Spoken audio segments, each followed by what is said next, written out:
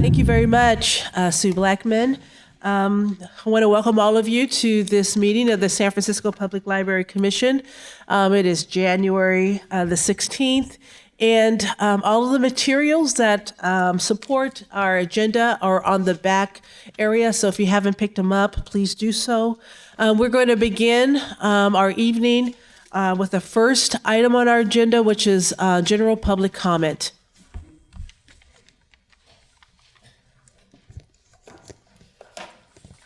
Good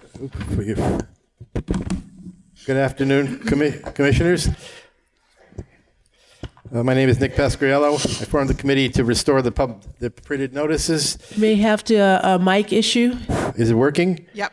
Okay. All right, so I'm going to read a resolution that was passed by the San Francisco Labor Council at their recent meeting.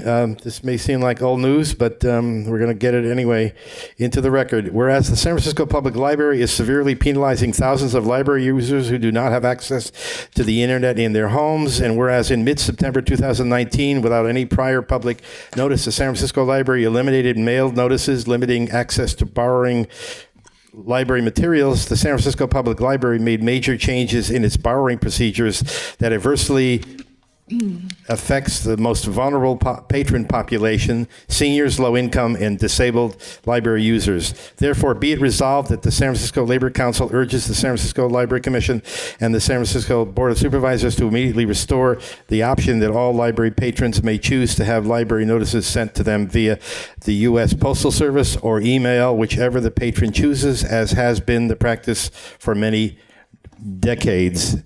And I bring this to your attention again because in my personal experience, I have not received any mailed notices since you supposedly reinstituted the policy, as your handout even says, January 2nd.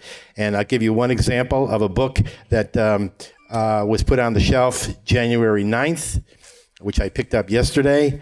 I never received any mailed notice. I just checked my post office box within the last 2 hours. So there is something wrong with the system. It isn't working based on my own personal experience. I sure hope you get it to work. I personally have been working on this very hard for 5 months, as other people have been. It's a crucial part of using the library. So good luck. I think I've gotten in touch with one other staff member who will make some attempt to monitor it. And I did also speak with Michelle Hampton, who said she'd put a fake test in to see if it's working.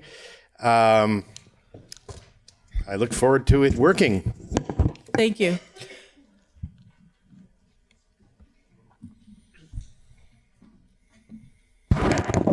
Happy New Year. Peter Warfield, Executive Director of Library Users Association. The previous speaker has made very good points and also a lot of good efforts, as we have done as well and as others have done. We have talked to you about the atrocious decision made in complete secrecy from the public and from you to stop the mailed notices to 19,000 patrons who had requested that, and done so even though there is no indication on the application for library cards enabling that choice to be made. It only says the library sends notices via email and telephone, and that's it. The library has discouraged this for years, any kind of indication of a preference for printed notice. So those requests and those preferences are already depressed because of the lack of correct information and choice. The previous meeting ended on a rather peculiar note, and that was the prejudgment and the negative judgment and discouragement for public comment at adjournment. The president said that it would be some kind of disrespect if people were to comment on anything other than the in memoriam.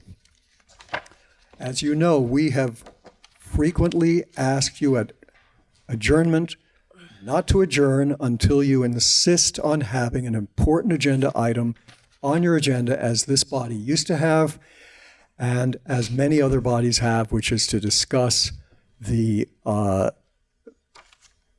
issues, questions that you would like to have raised at future meetings.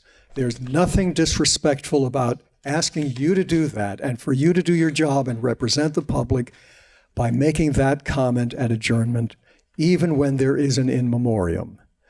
And I noticed this time there's an in memoriam, which we can thank longtime library critic, the anonymous citizen, for alerting you to last time.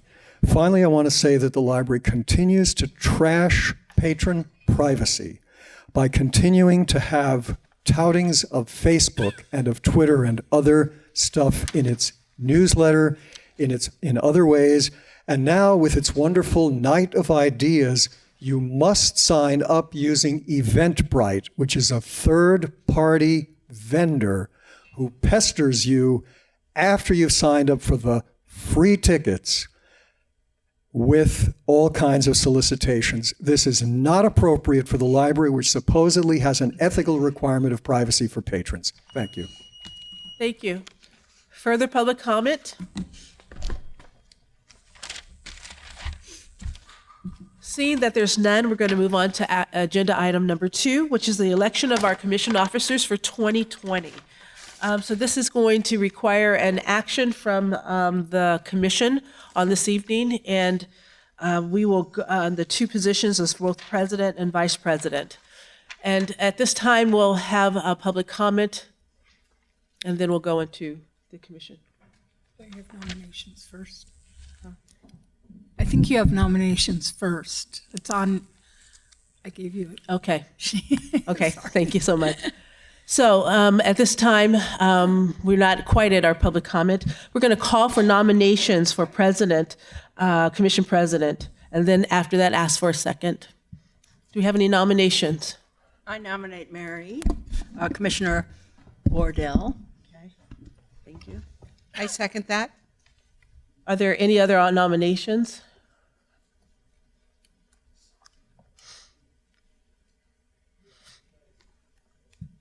Okay. So now I can take public comment. Okay. So I'm going to take public comment now. What about Vice President? Was that next? Are you going to take public comment on the vice chair nomination? Okay. Yes, I will. I would like to nominate, I would like for you to have some kind of actual election and not Soviet-style unanimity. If we had any kind of a contest here, we would at least expect to hear from the nominees, or we could expect to hear from the nominees why they want to be president, what they would like to accomplish, what they think is important for a library commission. The president has some very important roles, including the setting of the agenda, presumably in conjunction with the other commissioners, but the president, in conjunction with the city librarian, sets the agenda, and that's crucially important. I think you have other candidates who would do a good job and possibly a better job. I would at least nominate the vice president now for president in the next period. I don't think there are strong objections to the current president, except, as I said, I think there needs to be a little bit of a better appreciation for the encouragement and the respect for public comment without prejudging it or negatively trying to drive it away. Thank you. Thank you. Further public comment?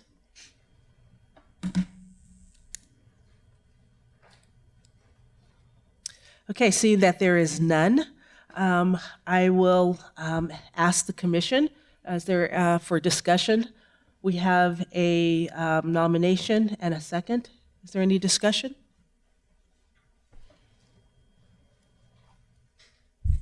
So I call the question with the motion and a second and ask for a vote.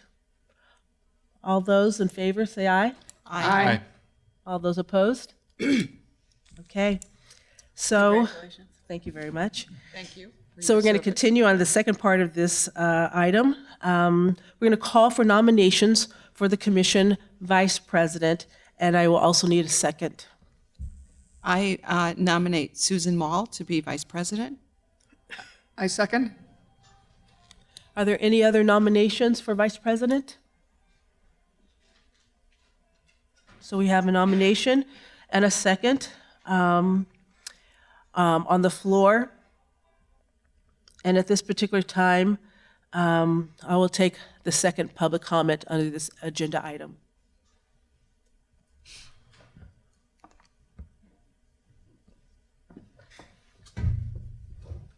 Peter Warfield, Executive Director of Library Users Association.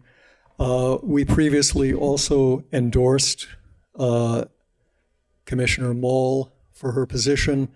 I think she's one of the most actively alert and questioning members of the commission. Since you have the Soviet-style unanimity, I don't have to worry that my good comments will jeopardize her chances at election. If you had a real contest, we might have, as we saw at the Democratic so-called debates, all six of you discussing why you should be president or you should be vice president. And I think it would be very enlightening, just as those debates have been, well, maybe not very enlightening, but somewhat enlightening. I'd certainly like to hear why Commissioner Moll is interested in the job and what she hopes to accomplish. Not that it'll change the vote, but I think this is an appropriate time in any election for the candidate to say why you should vote for them. But we certainly have no problem with Commissioner Moll as vice president, and frankly, as I said, only wish that perhaps she would move up and take her turn as president. Thank you. Thank you. Is further public comment? Seeing that there's none, I'm going to ask the commission.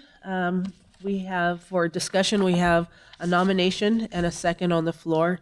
Is there any discussion among the commission? Yes, I'll say something. Yes. I want to thank the public for his nice remarks. And I'm very honored to be nominated for the vice president. I'm looking forward to supporting the president and the city librarian and the library staff for all the very important initiatives this year. And I'm just really honored to be part of the library leadership. I also think it's a blessing that we're not part of the Democratic debate, actually. And I'd also like to say that I've been on the Library Commission, I think this is my maybe 5th year. Yeah. And I would be very happy to continue being the vice president for one more year. And then I think next year we should consider all the positions and discuss all the positions in a different way, and perhaps get a new slate to spread out the leadership opportunities. Any further discussion? So I'll call the question with a motion and a second. All those in favor, say aye. Aye. All those opposed? Congratulations. We have a president and a vice president for 2020 for the San Francisco Public Library Commission. Moving on to our agenda item number 3, which is the branch capital projects, the Mission, the Ocean View, and the Chinatown branches. And we're going to be having a presentation and then thereafter a commission discussion on this agenda item.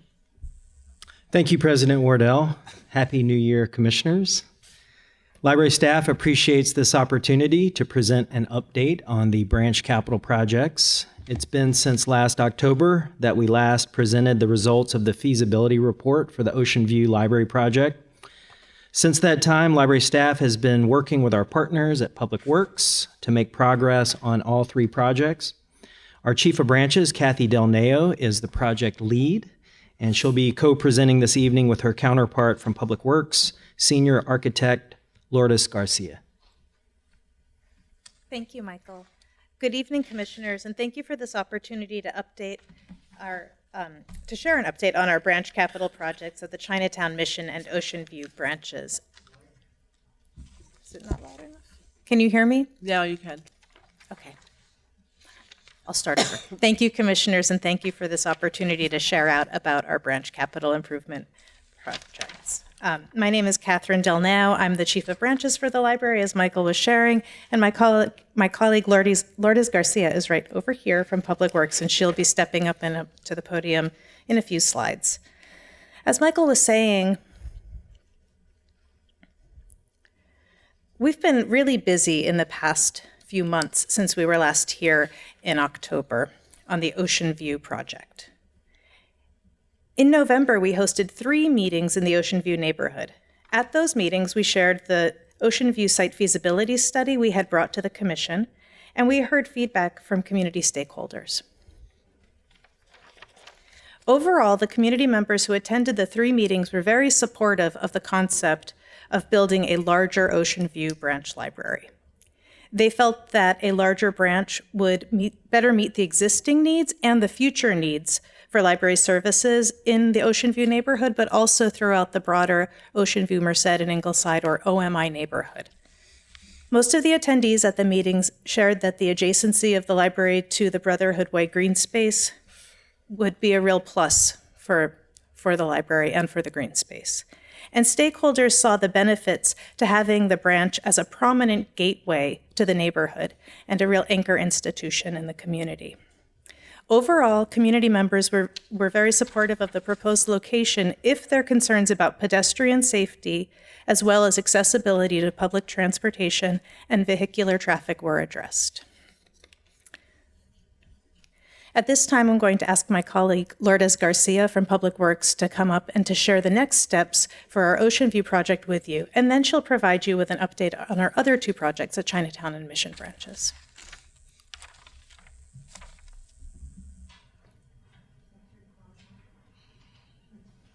Thank you, Kathy. Michael. Good afternoon, commissioners. I'll be providing a quick schedule update on our 3 branch projects. For Ocean View Branch Library, we've completed our initial meetings with planning and MTA last month. Our next step is to have a follow-up meeting with MTA engineers next month to brainstorm ideas for pedestrian safety along Brotherhood Way. We are currently preparing a pre-application to planning, which will be submitted this spring of 2020. And we hope to receive comments back from planning later this summer. Once we receive comment, we'll host another community meeting to provide an update on the project this summer.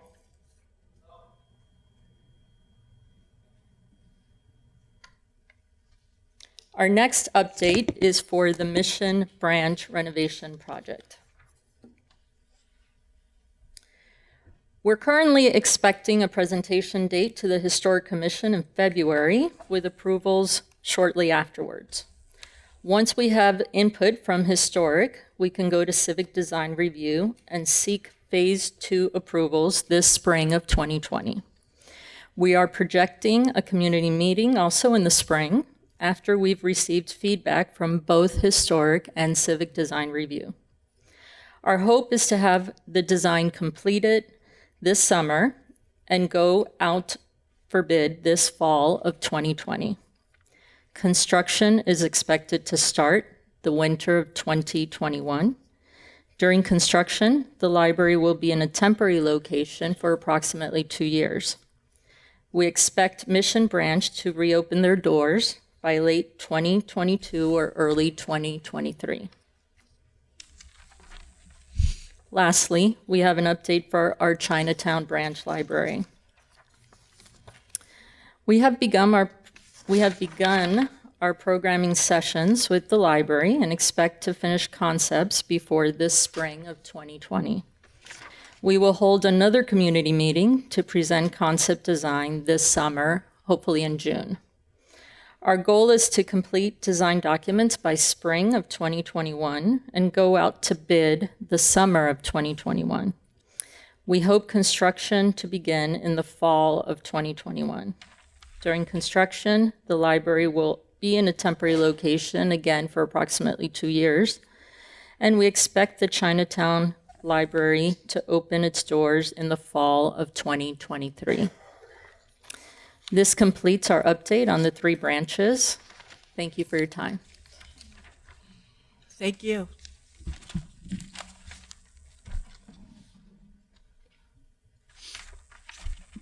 So at this time, we're going to go into the public comment if you're completed with your presentation, and then we'll have a discussion among the commission. Public comment, please.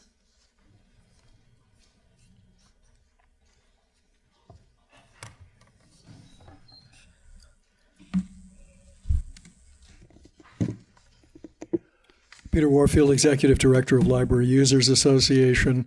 I think there are people here who have some serious concerns that I think you should be listening to with great care. And I wish that there were more details about what the community meetings turned up. In the bond program, for a little historical perspective, there were notes taken of what pretty much everybody said at meetings, so that there were multiple pages of summaries of what had happened at community meetings. And somebody who hadn't been there might at least have some sense over the various pages about the various concerns that people might have had. And they vary. It's perfectly reasonable for those to vary. One of the things with some historical perspective going to the bond program of 2000 to about 17 years later was what I consider to be very important, and that is alternate service. I think if this library is serious about providing a library service, then it can't prioritize construction, and all that suggests without giving people a serious alternative and good library location. On the last item in Chinatown, we heard 2 years. For 2 years, are you going to do what you did to Park Branch when you closed our branch for more than a year and give 7.5 hours twice a week in a bookmobile that you couldn't even see from the library where it was parked, several blocks away on the edge of Golden Gate Park?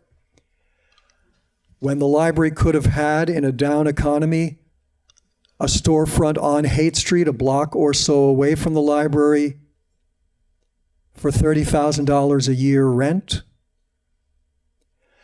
Your alternative service should be almost as good, and maybe just as good or better than, the library you're constructing.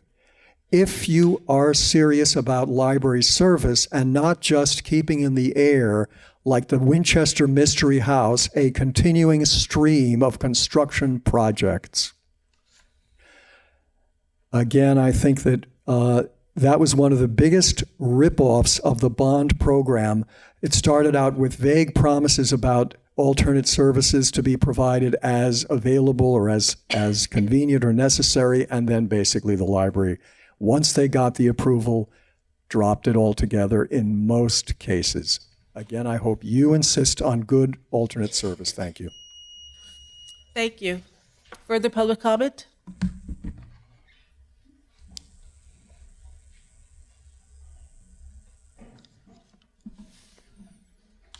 Thank you for having us.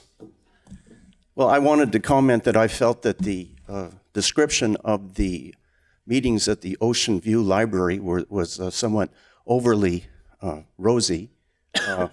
That there were at least 25% of the people that were at the Ocean View Library that were interested in a alternative location.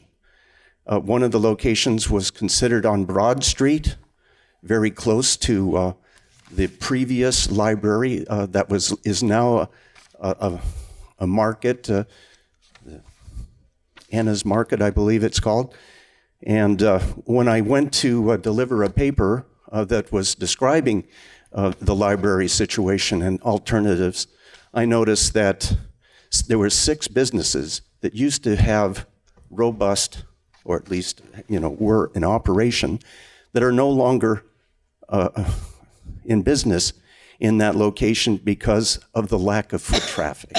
There was more increased foot traffic when the library was located at the corner of Plymouth and Broad Street, and now the businesses are closing down. That being said, when I was a boy, I used to cross Alamany Street, and I was very young. But, in looking at the library would be attracting children to cross Alamany Street. There's 2 locations that they would need to cross. One location has 5 crosswalks. Two of the crosswalks of the 5 are very treacherous.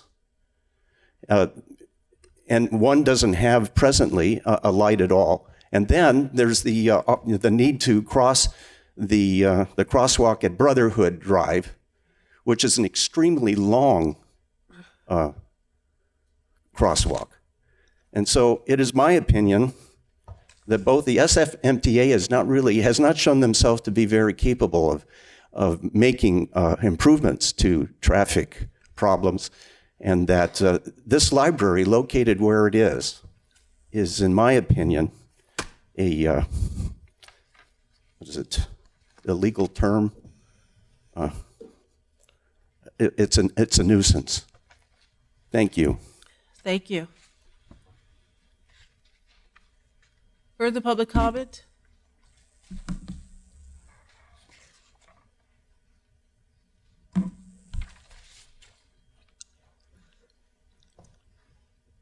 Hello, my name's Mary Harris, president of All My Neighbors in Action and the District 11 Council. I hate to say something opposite of someone else, but I was at all 3 meetings, and I would say 25% is an exaggeration. It's more like 10% disagreed. All My Neighbors in Action is unified in the Brotherhood site of D. And we are certainly concerned about traffic and pedestrian elements.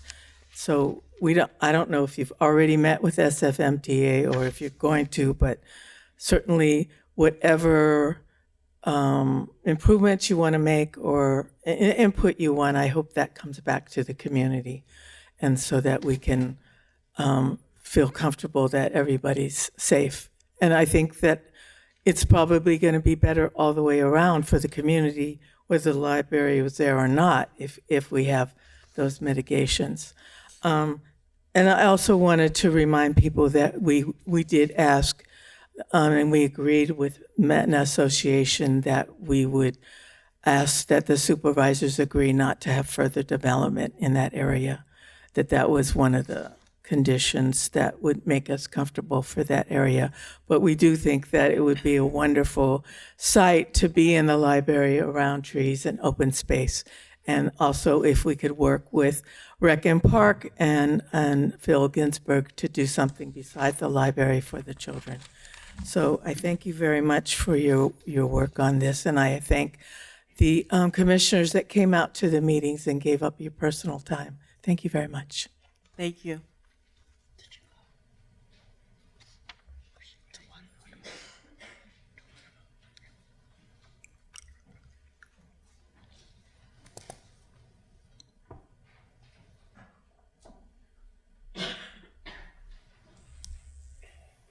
Good afternoon. My name is Hector Lee. I'm an educator and a resident. My name is Hector Lee. I'm a resident and educator in San Francisco. I also live 94132. And I'm also speaking in advocacy of the Ocean View Library. I believe what it has presently right now is a small footprint, and for the amount of traffic that we get and attract, I think the proposal of building a new library in what is presently green space would be attractive. I also challenge the Library Commission to think big and think about beauty and making a space for the community to gather in, something that I think my neighborhood is often neglected in. So I just appeal to you to come visit our neighborhood. You have a lot of people who have been there a long time. It's a very diverse neighborhood.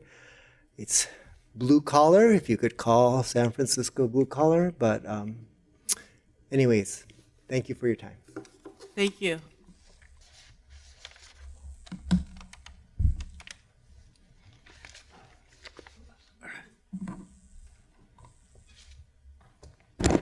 Hi, my name's Anika Urbanski, and I've lived in the OMI for almost 40 years. And I'm really supportive of a brand new library. The library presently, I love the neighborhood libraries. I go in search of them, they're really fun. But this one doesn't have enough room to sit and read. And also upstairs, they have this wonderful programming going on, and there's not a whole lot of space upstairs. And it'd be really nice if they had more space for the people that are coming in for the programming that they're putting in there, because they've got like tons of things going on each month. It's great. So anyway, I remember when the Ingleside Library was in a storefront, sort of like Anna's storefront. Anna's is just a storefront on Broad Street. And then it moved into the old Bank of America building, which was great. And then we got the brand new library over there. So it's really wonderful. And I was at the community meetings too, and I really got the sense that most people were in favor of it. And the big issue was traffic, because it's right there on Brotherhood. But if you look at where people are coming from, I mean, it's still on the same side of Alamania and Brotherhood as the current Ocean View branch. So people are currently having to cross that street anyway. And I think it would be great if we could get some really safe pedestrian, have it safe for the pedestrians and stuff. Ocean Avenue used to be what we called Ocean Freeway, my husband called Interstate Ocean. And now it's been converted partially because of the library and all the stuff that people are now walking around in the neighborhood, which really helps with community. So I would love to see this library go forward. Thank you. Thank you.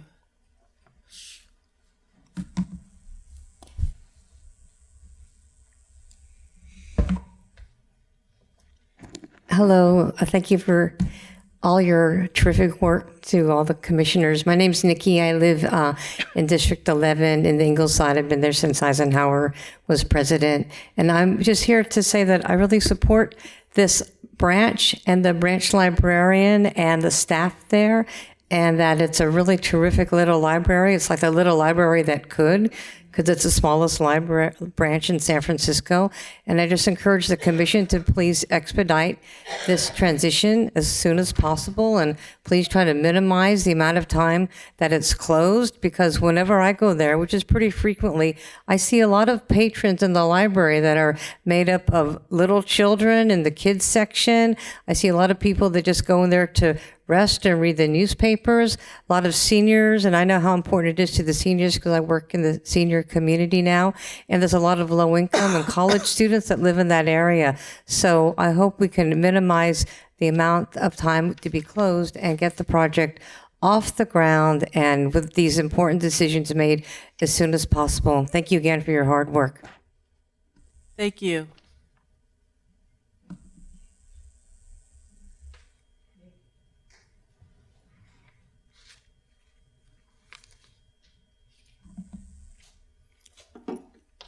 Hello, folks. My name is Dr. Veronica Honeycutt. I am the chair of the CRC for the Minnie and Lovey Ward Recreation Center. I am a longtime teacher and educator, and whatever you want to call that. I was fortunate and blessed to do as an administrator at City College of San Francisco. I have resided in the OMI area since 1974. When my folks came from the Western Addition, where we rented for many, many years and had the opportunity to buy a house in that neighborhood. So we have oftentimes not received the kinds of services that we needed in the area. We just recently have a new jobs program much of that is due to the wonderful work of our district supervisor, Asha Safai, and people like Mary and Al, and the rest of these wonderful folks here. I'm not going to reiterate why we need a new library, but we need a new library, and we need your support. I'm just going to be honest with you, okay?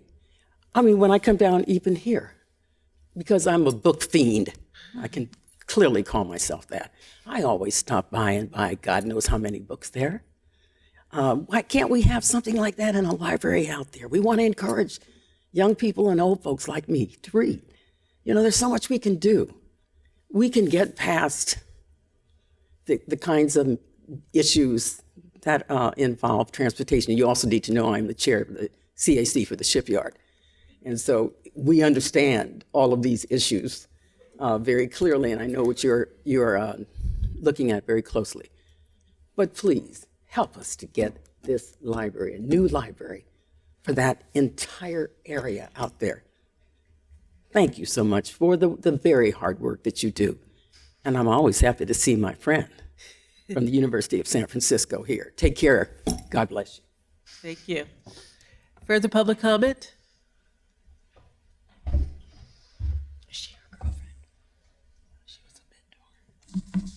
Good afternoon, Commissioners. My name is David Hooper. I live in District 11 in Mission Terrace.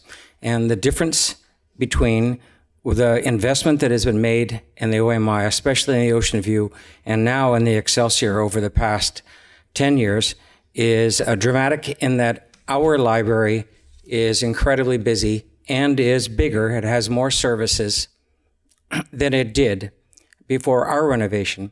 What I'd like to say is that the present library built under the library site built under the first Willie Brown administration was a gift. It was a recognition that the community needed services and needed an opportunity better than a storefront, the old model. Now, under the present leadership, I think of Mary Harris, also president of District 11 Council, I'd like to say that it is apparent that the services that are necessary in the OMI the services are inadequate to the community. This building is inadequate. A bigger building where they could have programs, a collection, reading rooms, would also help revitalize the green space that is in fact neglected. It's not going to be an investment just by the library. It's going to be investment by Rec and Park and by the SFMTA and the community. So it's the catalyst. If this money is spent for a new branch library, it's going to improve more than just the library itself. That's what I'd like to say. Please, thank you. Thank you. Further public comment?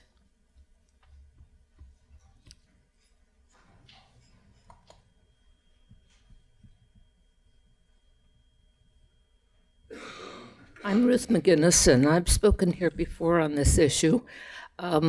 My concerns about Ocean View are from living in the area and from working in the area at one of the previous branch sites.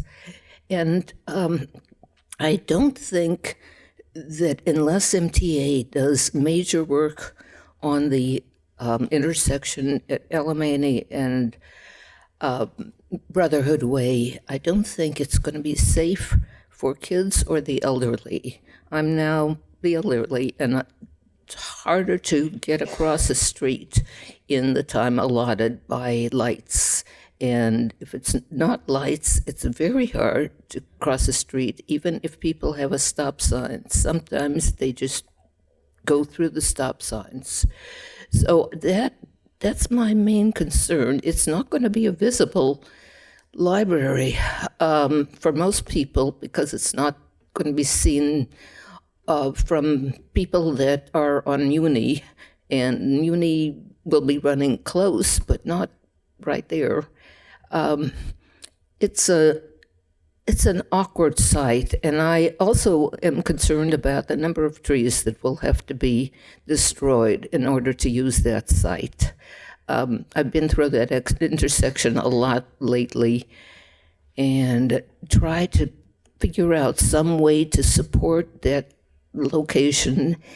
And I'm very worried. I worked with children all my life in the library system, and I know the children often jump into the street because they think they're safe. And I knew a lot of kids in Ocean View and still think they should be protected.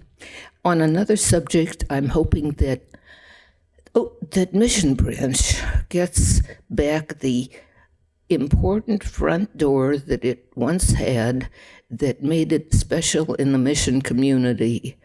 The entrance on the side is an affront. It's dissing the neighborhood.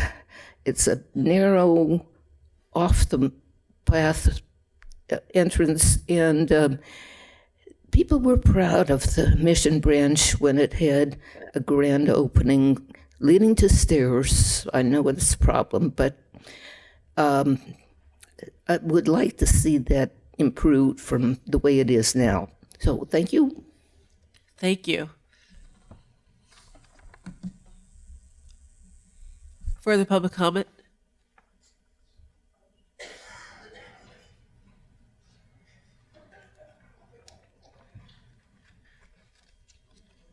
Okay. Edna James is my name, and I'm here again. I'm late because I came from Bayview Hunters Point Library to rush here at 4 o'clock to talk about this. We've heard people, and I want to thank the people who came and who supporting the building of the library. But this is something that's been going on a long time, and it's now time for it to come to fruition. And I think it's the right time, and I know it's the right time. I know that they've spoken about the feasibility study is safe to get in and not safe for some children, but we do have the exit where the present library, people can walk down and go on the grounds next to the present library for the young children who are coming from school. They can walk down there, but it's just the kids who are coming from, what is it? No, the school, Sheridan School. The kids who are coming from Sheridan School might have a little problem in terms of when it makes that M-car, makes that turn there where they can come through. They may have to walk up to Bright or one of the streets and go down the hill. They have a walk that they can go right on the grass into it. The other thing is that I also talked about, when they talked about making an opening, well, I was thinking that maybe they could come into the property off the grass, the bus swing in, come in and come out, because we need that bus. Even the MTA can get a bus that will come in and they can stop passengers off right at the library, and the kids can, we take field trips, and so that bus can come in there and take us to field trips. Some people may have not taken the field trips that the library offer to the Presidio and what have you. We have field trips, so you can swing in off of Brotherhood Way and come out on Brotherhood Way and go around.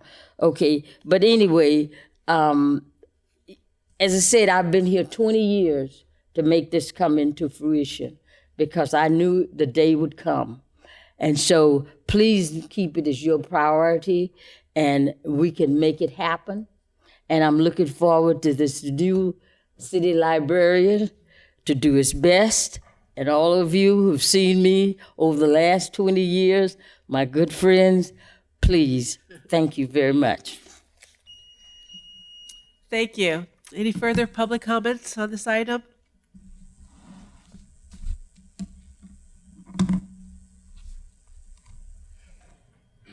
Hello, I'm Michael, Vincent, and Ella Mercanti from Friends of the San Francisco Public Library.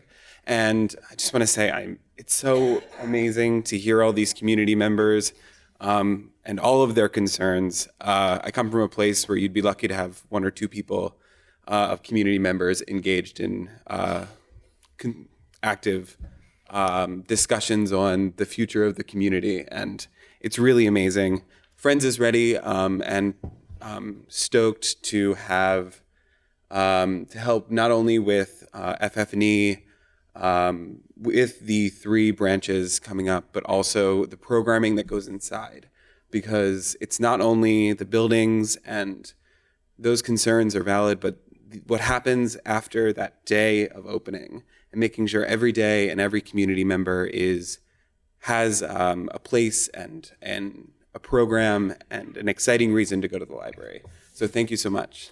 Thank you. Okay, are there any other final comments on this item? Okay, seeing that there's none, we're going to move into our commission discussion. Commissioners, you've had the presentation before you from Kathy and Lourdes are both here. If you have any questions or comments for them, I'll ask them to come to the podium, but I'm going to open it up now for commission discussion.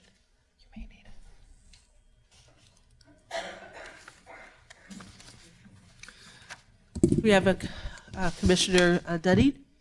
No, I just want to say great progress. I did attend one of the Ocean View Branch community meetings, and I would agree with some of the public comment that there were a few folks who were suggesting alternative locations. I actually drove by the Broad Street site, and just my layman view, I wasn't quite sure how that would work. But I'm supportive of that site. I'm supportive of building a new library. I'm looking forward to the process of continuing to gather feedback and input and the design of it. I think it's necessary for the small and mighty library that could. And I will be also very interested as we progress on the Mission branch, learning what that alternative is going to be for those 2 years for the patrons, and just kind of as we start to figure out what that location is going to be, what the hours are going to be, what that availability is going to be. I think it's going to be critically important. No questions, just comments. Commissioner Wolf. Thank you again for your presentation. And I really marvel at the fact that we began this conversation saying that we were going to renovate the Ocean View branch, and how far we've come to really, we're not really using that language anymore. We're really looking at the idea of a new branch. And I think that we should just take a moment to recognize where we've come. So I think it's really exciting, and really appreciate the community support. I think there are a lot of tough questions ahead about the location, the safety, the size, and at the same time, I think it's a great opportunity to think about what does a new library look like, and how can it serve a community and be a force to really be brave and do something really quite extraordinary for the community and the city. So I look forward to that, and I thank the staff for their hard work to move the conversation to this new place. I did have one question about, it looks like the Mission branch is really the next one that's really moving at quite a speed, it seems, especially if the design development documents are completed in the summer of 2020, which feels like it'll be tomorrow. Can you just give us a sense of what the current square footage is, how much more square footage is going to be added, or any other detail about what we're looking at?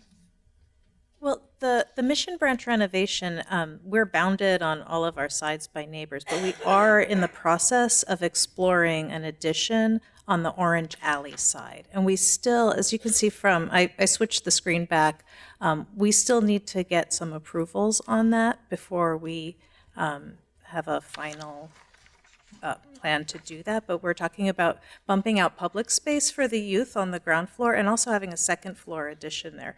Lourdes might know the exact square footage of that better than me.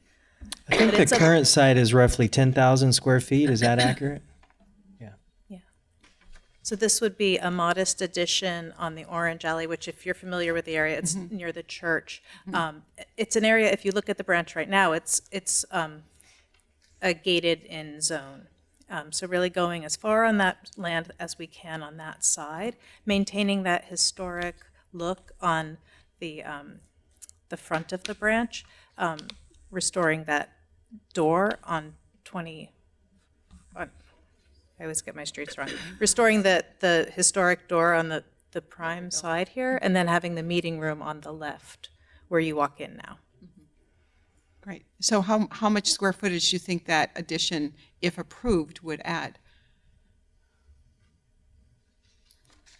I apologize, I don't have the exact numbers, but it is a very small sliver of space. It's 2 stories. I would say 2,000 maybe. I mean, the whole library is 10,000. We are looking at excavating as well, and what we're trying to do is reconfigure a lot of the current infrastructure and consolidating them to places as well as the basement, so that it opens up more of the existing library, which we want to make that grand room speak, as it used to be, one large room. And we want to use as much of the current space as possible. Everything else will be pushed to this very small addition and the excavation in the basement. Right. Thank you. Thank you. Further commissioner discussion or comments or questions? Yeah. Yes, Commissioner Lee.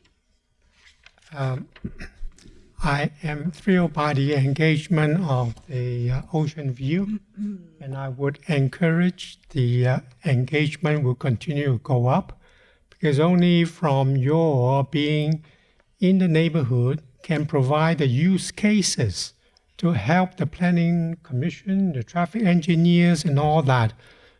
The one thing that I picked up earlier from the public comment is like, Sheridan School, the students will be there. So those are the wonderful use cases that can provide in terms of the kind of impact or how it is your design is going to cover those 3 key issues: the safety, the traffic, and as well as the, let's see what I've got right down here. Yeah, and the access. So those are the 3 sort of holding concerns, so that they would be able to provide you with really solid, good data for the planning department and for all that to be addressed. And therefore, I'm just wondering that when all these I assume that it will be covered during the community engagement, right? So that they would acknowledge, confirm that, yes, sometimes that we fear the unknown. But when that is there, then those sort of apprehensions could be addressed. So I encourage the Ocean View engagement to increase more.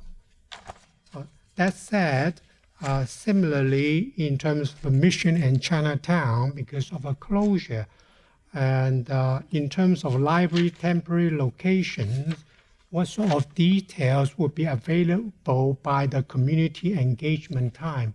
Would that be sort of known by then, so that the community can provide input similarly, so that they know what they are going to live with during the 2 years, that how they're going to deal with that?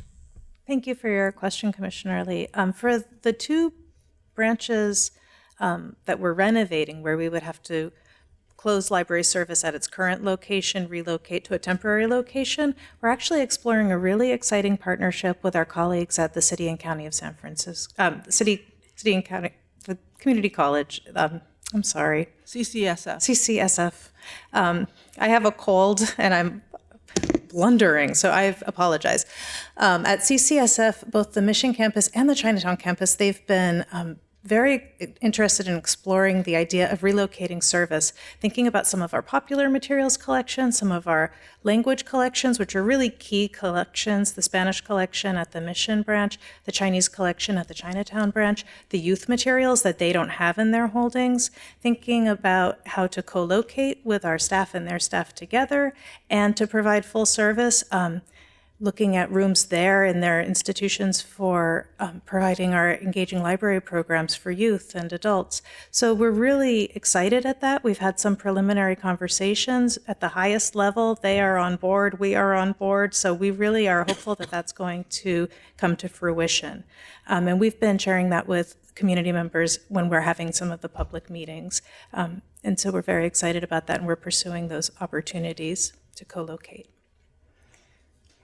Yeah, there was one comment from the public about services. I would think that's reasonable to say that some of the services would be impacted. And would that be?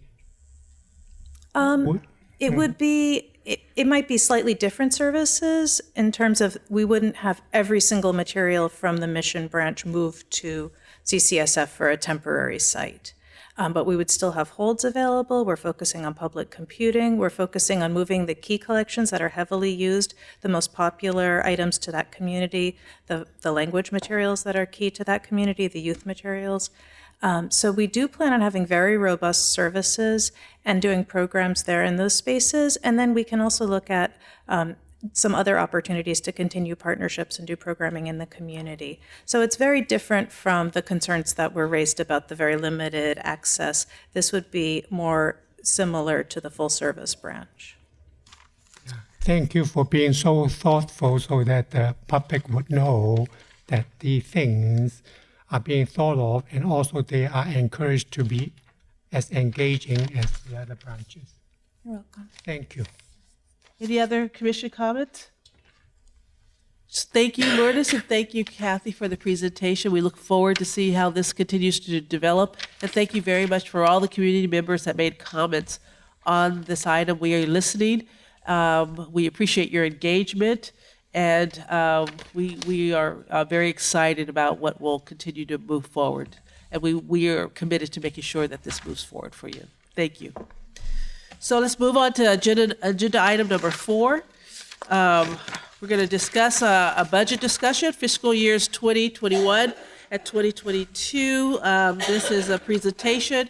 There's budget information on the back if you haven't gotten it, and we're going to turn it over to our COO, Maureen Singleton, who's going to walk us through the budget and the budgetary process. Good evening, commissioners and the public. We are definitely here to provide you with an update on the budget from what was presented in December. I'm going to provide some background information on the budget climate, walk back through some of the proposals that were presented in December, and highlight any differences and provide some additional information. So as is standard, this is our budget calendar each cycle, and it's broken out into 3 key phases.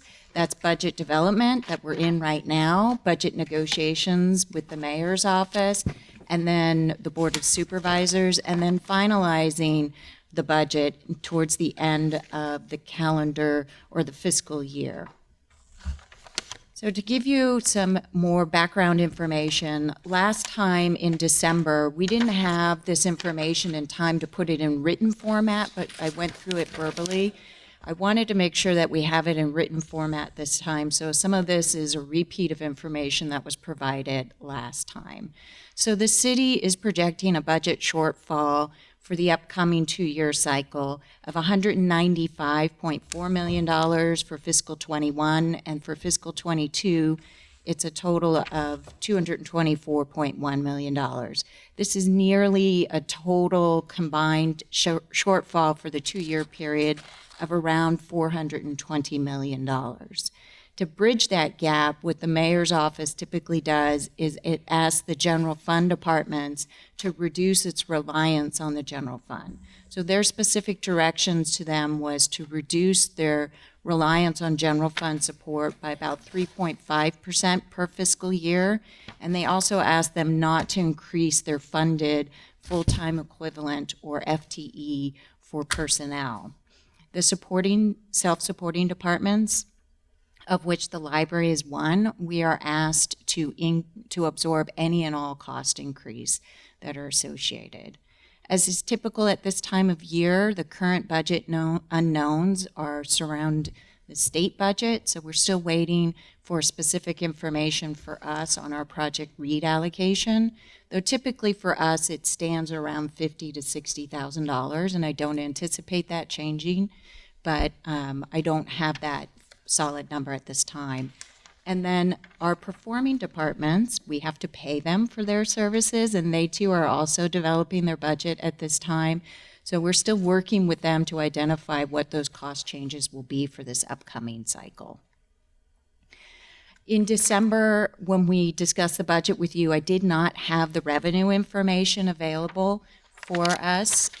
And since then, we have been informed by the mayor's office and the the controller's office rather, what our funding level would be for the next 2-year cycle as of their December estimates. So for fiscal 21, we're looking at a budget for the Library Preservation Fund of $171.18 million.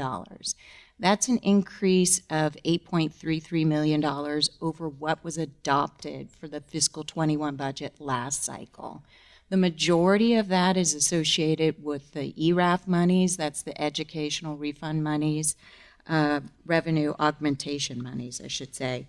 And so a smaller portion, nearly $3 million, is just the general growth in the LPF from what was approved in the last budget cycle. For fiscal 22, we're looking at an LPF allocation of about $168.7 million. That's about another $3 million growth of the net amount of the LPF. So also what we were waiting on in December was what we thought our fund balance available funding would be at the end of the fiscal year for the current fiscal year.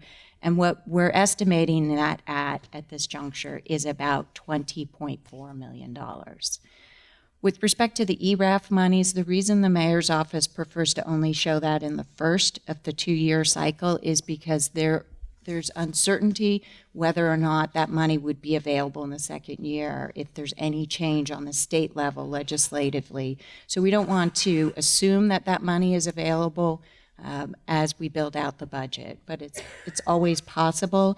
And again, with our rolling 2-year cycle, we always get to revisit that second year. So next year, this time, we'll be taking another look at fiscal year 22. And if there are ERAF monies available, then that'll be part of the allocation process. As we build out our budget, we're always envisioning what the future will be. And we use our strategic and budget priorities to help build the budget. So we want to strengthen our foundation and evolve to meet our community needs. And it's really with this overarching goal to remain a premier urban library, a destination that people want to come back to year over year. What I wanted to make sure I call out is that in the back of the room as attachment 1 are all of the priorities that I'm walking through in this presentation in a larger format that's probably a lot easier to read than the 8.5 by 11 PowerPoint presentation document. But everything that I will be walking through is also available on that document. The way the information is typically presented is to provide you the investment proposal title, a brief summary of what the proposal is, whether or not the investment is one-time or ongoing in nature, and then what that amount is, and then the resulting budget. If something is considered ongoing and it's budgeted in the first year, that amount is assumed in the budget amount for the second year and not relisted as an investment. And this is our standard approach in how we present the budget. So moving right into the Premier Urban Library discussion, I'm gonna hold off talking about the hub idea for just a moment to give you a little bit more information on that in the next slide. But I'd like to really call your attention to the key investment of $25,000 to spend some time affirming the main library as also the branch library for the Tenderloin neighborhood. And in doing that, we'd like to work with a community-based organization to employ the Harwood method engage the community, get a sense of the kind of services that they need here, and make sure that we are providing or evolving to provide the services that they need.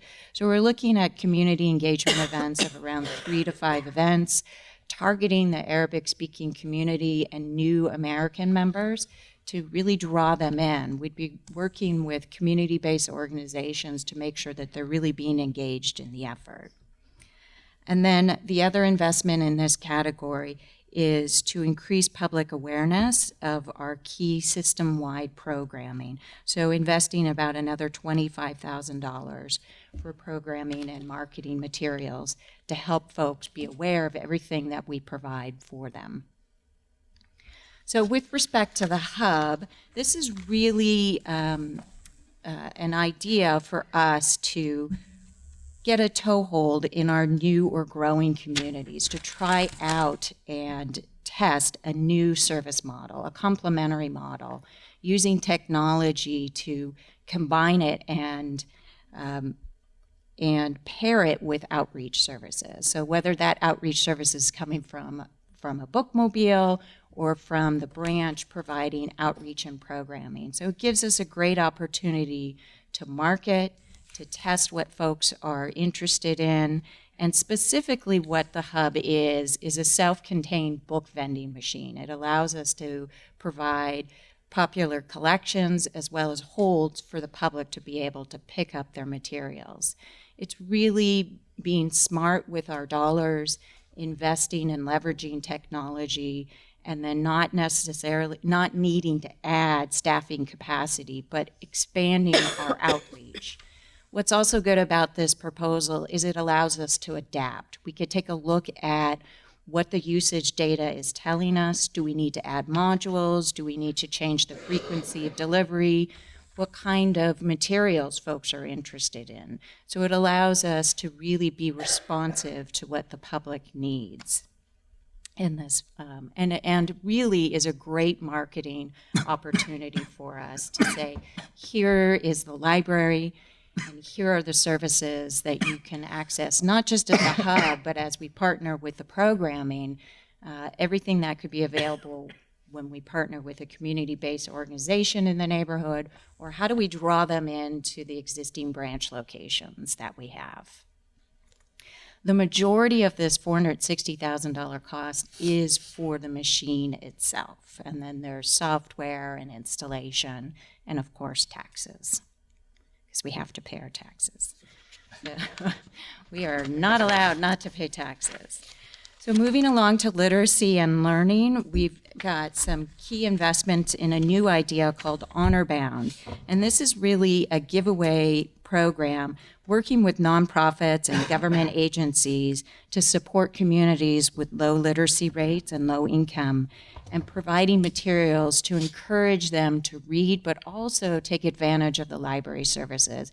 So it's a way for us to market what we have available and provide them for the materials that they want to have at home, and then hopefully then entice them to start to utilize our services and check out materials as well. We're thinking about working with First 5 family locations as well as providing jail information or services in the jail services waiting rooms. This would be spending money on book collections itself, around $70,000, then some allocation for shelving, and then of course some branding, because when we want to give the materials away, we want to know the source of the materials, and that'll be part of hopefully enticing them to utilize our services. As we mentioned in December, one of the things that we want to do is shift the opening day allocation funding for mission to fiscal year 22. And this is going to align better with the construction planned for the renovation. So at first, when we were building the budget in the prior cycle, we thought we would need those brand new collections in fiscal 21. Again, this is just a shift. It's not a cut in collections. Another investment for literacy and learning is trying to be aware of and plan for tariffs associated with our collections.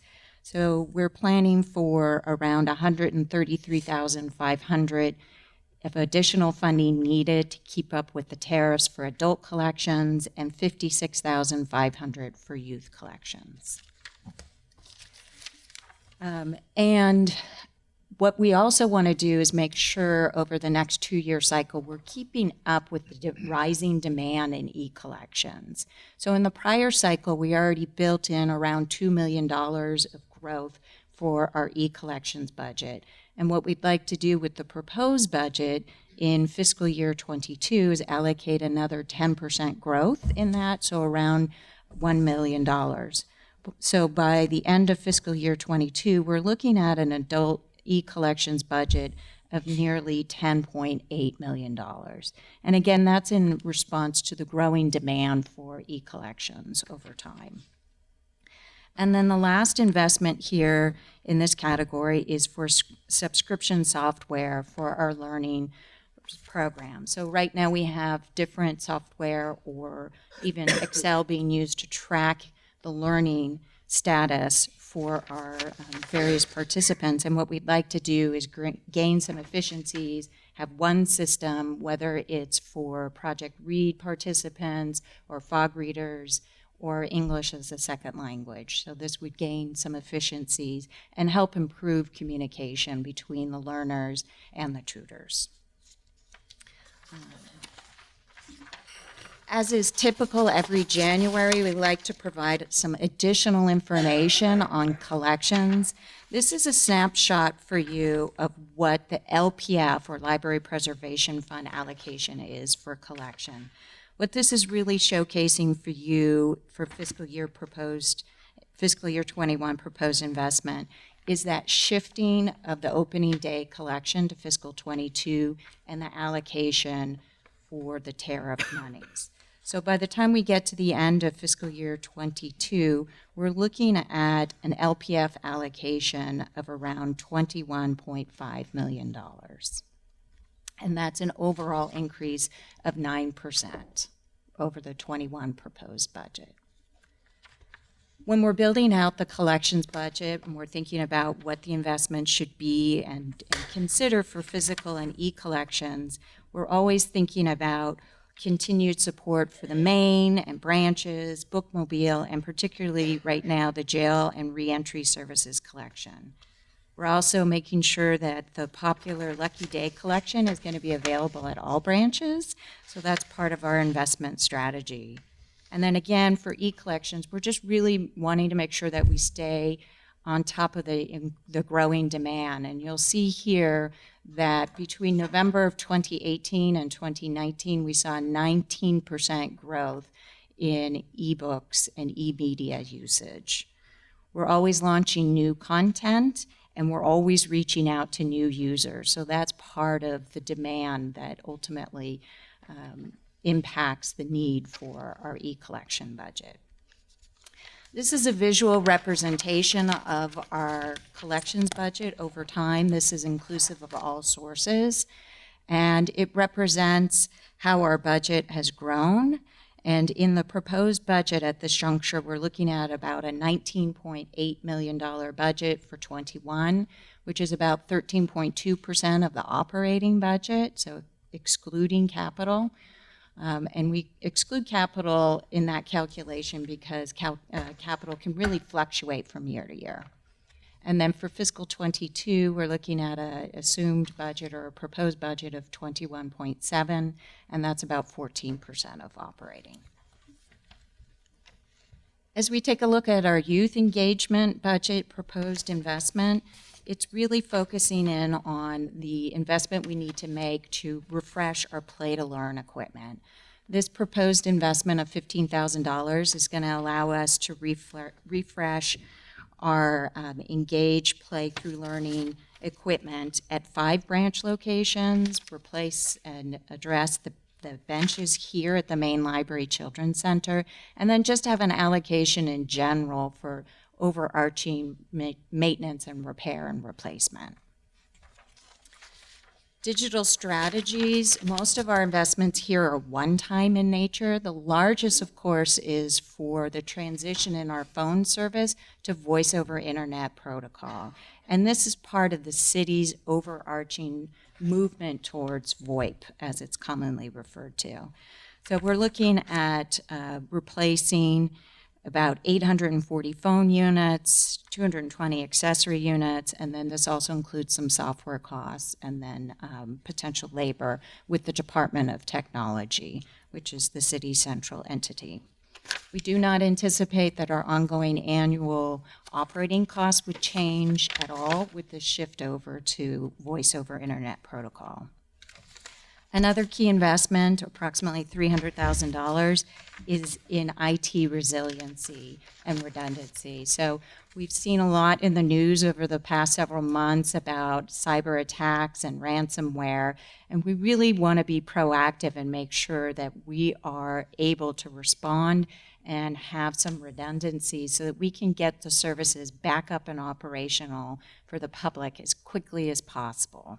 So that's an important investment for us over the next fiscal year. It's time to refresh the laptops in our kiosks, and that eventually will be part of just our ongoing operating refresh budget. But this is just an initial infusion to make sure that we're able to refresh 90 laptops in the 6 locations. And that amount is inclusive of the hardware and software. In Partnerships for Excellence, one of the key things we want to do is transition our financial coaching program from 1 day a week to 3 days a week. This is a partnership we've had with the Mayor's Office and the Treasurer and Tax Collector's Office, and this would allow us to make sure that we have more availability for the public to have this one-on-one coaching that helps them do things like create bank accounts and address credit score needs. So that would increase that allocation by $55,000. So moving on to organizational excellence, we're looking at a total investment in this category of $57,000. $7,000 of that is creating a project management platform for content marketing. So just to help us with a system-wide approach and to gain efficiencies and to be mindful of how we're marketing and creating our calendars. The other investment is $50,000 to engage expert survey consultants to conduct, analyze, and report on the annual patron satisfaction survey. So this is something that we've been having some of our staff do, and we'd like to free up their time for direct public service so that we can have a consultant help with that service need. Moving into facilities and maintenance infrastructure investments, there's only one major change from what we discussed with you in December, and that is the investment in Ocean View. When we first discussed the topic with you in December for Ocean View, we were anticipating we would invest about $10 million in fiscal 21 to move the funding along for that program as we continue to develop it and define what the total scope of the project would be. Since then, when I finally got the revenue numbers and thinking about the fund balance and trying to maintain around $10 million in fund balance, we have decided to shift some of the funding between fiscal 21 to 22 and then add additional funding in 22. So instead of $10 million as we suggested in fiscal 21, when we spoke with you in December, we're looking at an $8 million investment that year instead. And then for fiscal 22, allocating $13.5 million. So over the 2-year period, you're looking at a $21.5 million allocation, and that would bring our total budget allocation up to around $32 million over that time period. This would allow us to start to get closer and closer to the range of estimate that was in the study from Public Works, which, just as a point of reminder, ranges between $42.5 million and $47. Again, that range or that cost information is going to change as we refine and develop the actual program. But this allows us to set money aside and keep moving forward. Just as a reminder, Last time we talked about putting in the final $2.4 million needed to fully fund the Chinatown branch library renovation in fiscal year 21. Last budget cycle, we had allocated 20. This is just going to give us that final amount to take us over that threshold. The total budget for Chinatown renovation is $29.4 million. So that would allow us to keep the momentum that's happening with all the public works progress on that project. Then just a couple other highlights for you on facilities and maintenance infrastructure is just continuing to allocate money for our roofing program. We want to make sure that we have the funding available to respond when we need to repair and replace roofs. So the facilities division is always working and looking at the condition of our roofs and looking at any predictive modeling that's going to tell them when it's time to do that. And it's just a wise move to make sure that we've got some liquid funding available to respond when we need to do the work. And that's what these proposals are about. We also want to make sure that we're allocating sufficient funding to address our flooring needs as our systems age, and you'll see that investment here proposed of $150,000. And then the last key investment under facilities and maintenance infrastructure is for the senior playground at Richmond Branch Library. And that's an estimated $250,000. We're in the early phase of trying to figure out exactly what this is going to look like and what the costs are, but this was an estimate and we wanted to make sure that we were allocating funding for that. So overall, in this category for fiscal 21, we're looking at a total investment of $32 million, and for 22, we're looking at $14.5 million. This is a summary table by the major strategic priority categories so that you can see the total numbers and what the breakdown is by one-time and ongoing investments. Bottom line for fiscal 21, the total investment we're looking at is $12.4 million, and for for fiscal 22, it's $16.82 million. And just a gentle reminder that the change, the amount for literacy and learning is simply about that shift in the opening day collection. There is no cut to our collections budget. So what does this mean in the grand picture for our overarching budget? For fiscal year 21, we're looking at a total budget estimated at $182.52 million, with 32.45 of that being for our capital investments. All of this proposed investment on the expenditure side means that we would need to dip into our fund balance by approximately $10.3 million. And that would leave us in a fund balance, again, of around $10 million. And then moving on to fiscal 22, we'd be looking at a budget of approximately $169.8 million. And at this juncture, we're not estimating any need for fund balance in fiscal year 22. And you're seeing a healthy investment in fiscal year 22 as well of about $15 million overall in capital. And we have a total collections budget in fiscal 22 of nearly $21.7 million. So what are our next steps? We're continuing to work with our performing departments to confirm our work order entries. And then in February, we're going to come back and have a final discussion with the commission about the budget. We'll present you with some options and then seek any additional input that you might have. Maybe you want to take some combination of the options that are presented to you. And then we would need your approval at that time so that we can submit and hit the deadline required submittal of February 21st. So with that, that concludes my presentation, and I am available, as are the chief, for any questions you have about the specific investment proposals. Thank you, Maureen. Very comprehensive. At this time, we're going to open it up for public comment, and then the commissioners will ask questions about the budget with you. Public comment, please.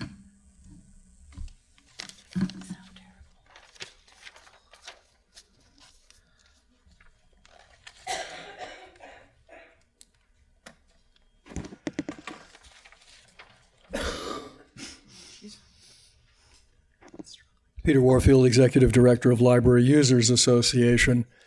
I guess the first thing I'd like to say is a library has a collection of books and other materials, and I don't see that in your strategic priorities.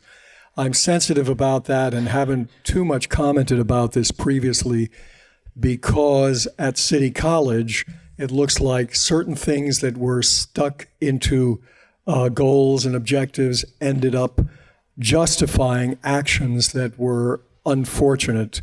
And this doesn't have at the top the key thing that the library provides to folks, which is its collections, what it offers to people.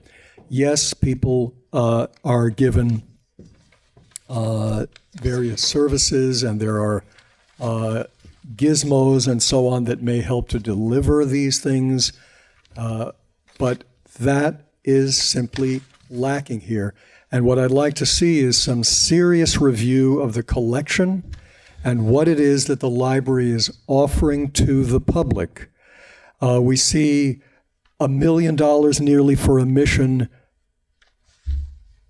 opening day collection. We're talking not about content, we're talking about new stuff.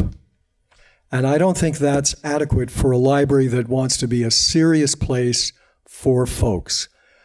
One of the things I'm concerned with is free and equal access. You've now got way more for ebooks, it seems, 10 million compared with print materials. And people who come to the library used to have maximum access to everything that the library offered. And typically that's what you get when you go to a headquarters.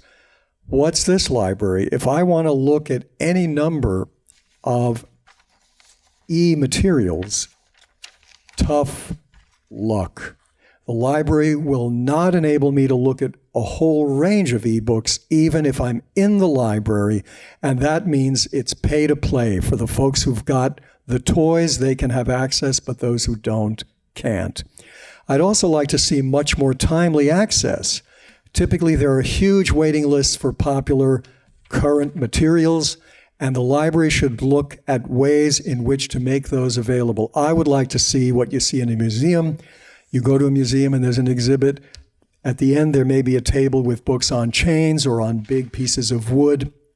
You could have a reserve room where people could have a look at current materials. Typically now, with waiting lists of 150 people for 50 copies, people won't even see the newest books for months and months and months.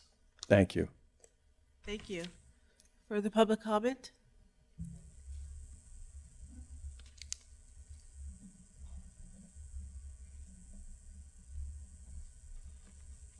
I just want to say something in terms of finances and the budget.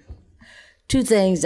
One thing I didn't hear, maybe I was out of the room, was how much was expected to get from the sale of the old library that would go towards the new library. I didn't know how much it was. That's a good question, and that is yet to be determined. Okay. The real estate department would facilitate any transaction of that nature. However, we have had preliminary conversations with the Department of Public Works because technically the Brotherhood Way site is city-owned property, but it's owned by Public Works, and we have thought about a swap.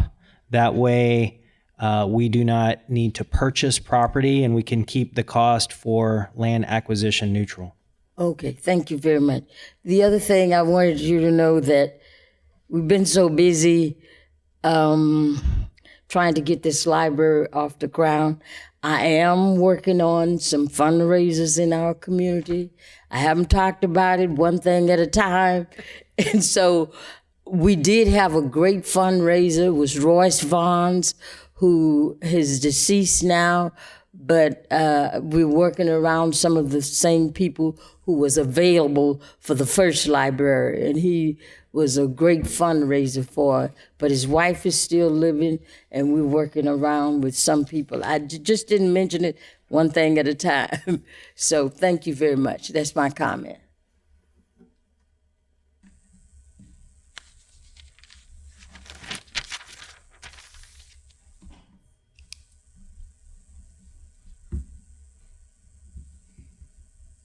Michael Vincent Danella Mercanti from Friends of the Library, but this is a personal public comment. E-collections, thank you so much. It's all my friends care about. I have a friend at a school in San Francisco who we had more database access for materials than his school did. And he was like, let me use your library card. I was like, I'll bring you in and get you one. So thank you for more e-materials. It is incredible. We have such a robust and rivals universities in our own city.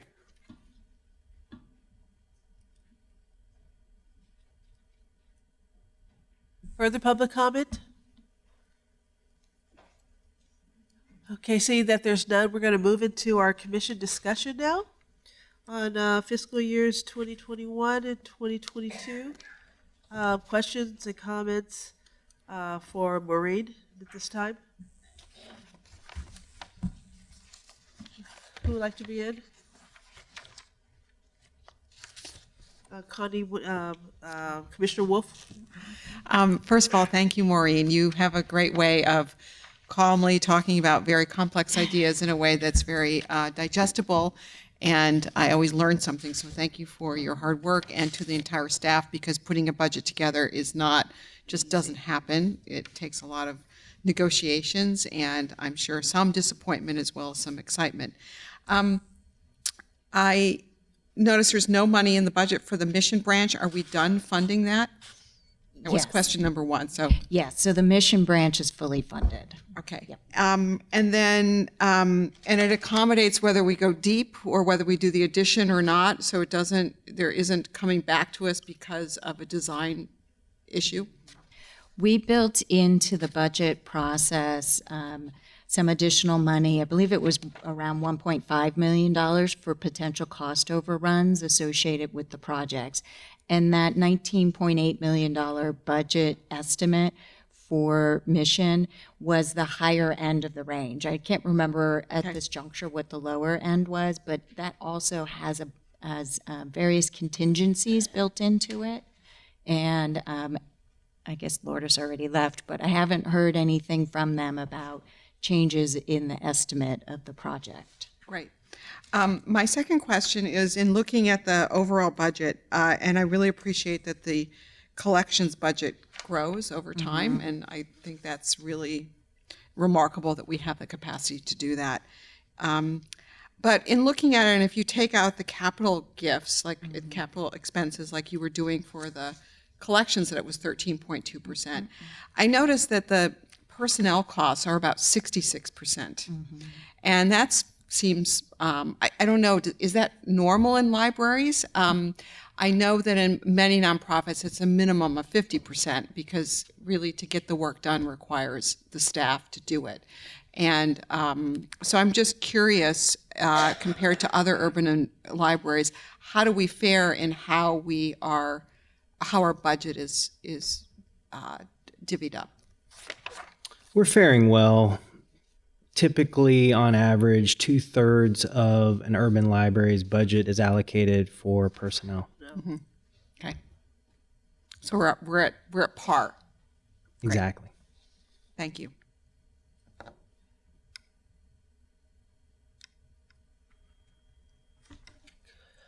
Commissioner Ono. Hi, yes. Happy New Year's, everyone, and sorry I was late. Maureen, thank you very much for the presentation. I have a question regarding the honor-bound collections.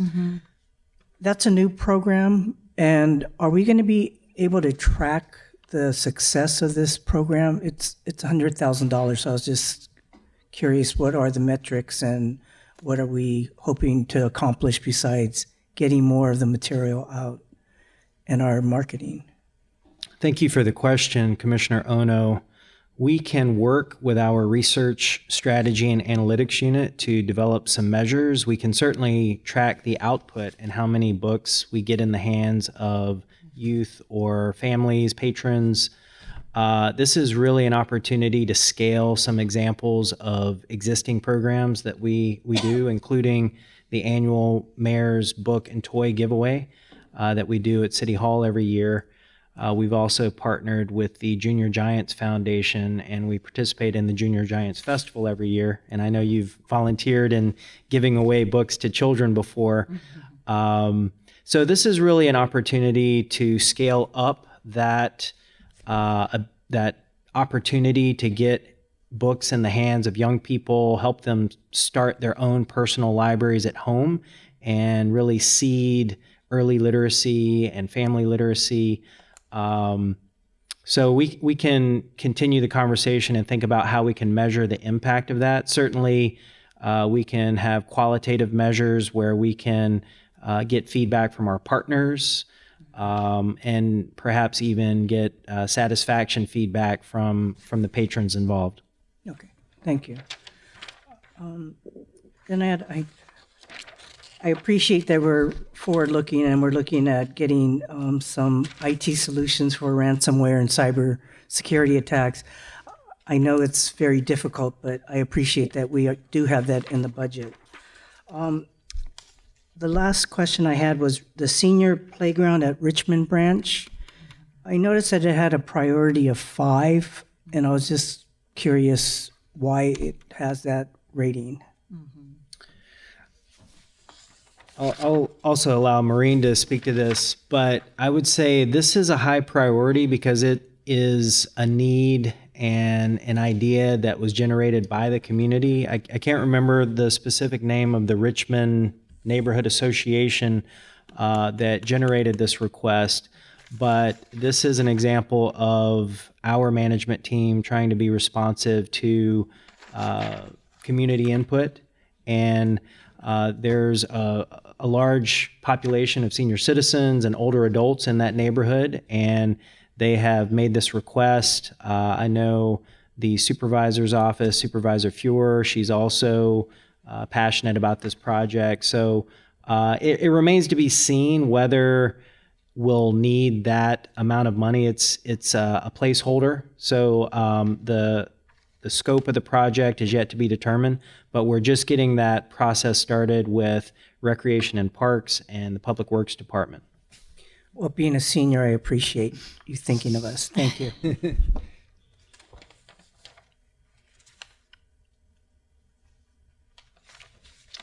Any other commissioner comments or questions for our Chief Operating Officer?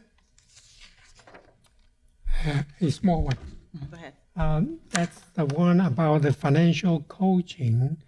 Is multiplied by 3 times. Is this from the demand from the existing financial coaching one that caused the have a 3-fold increase?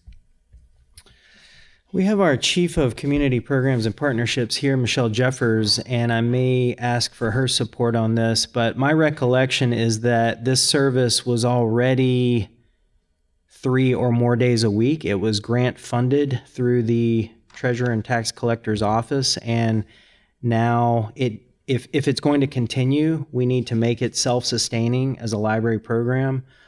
We did contribute $25,000 to that partnership, and now we're looking to make it a sustained program of the library. Is that accurate? That's correct, and we have the demand for it, definitely. We're actually, at the 1 day a week that we have right now, we're out of appointments.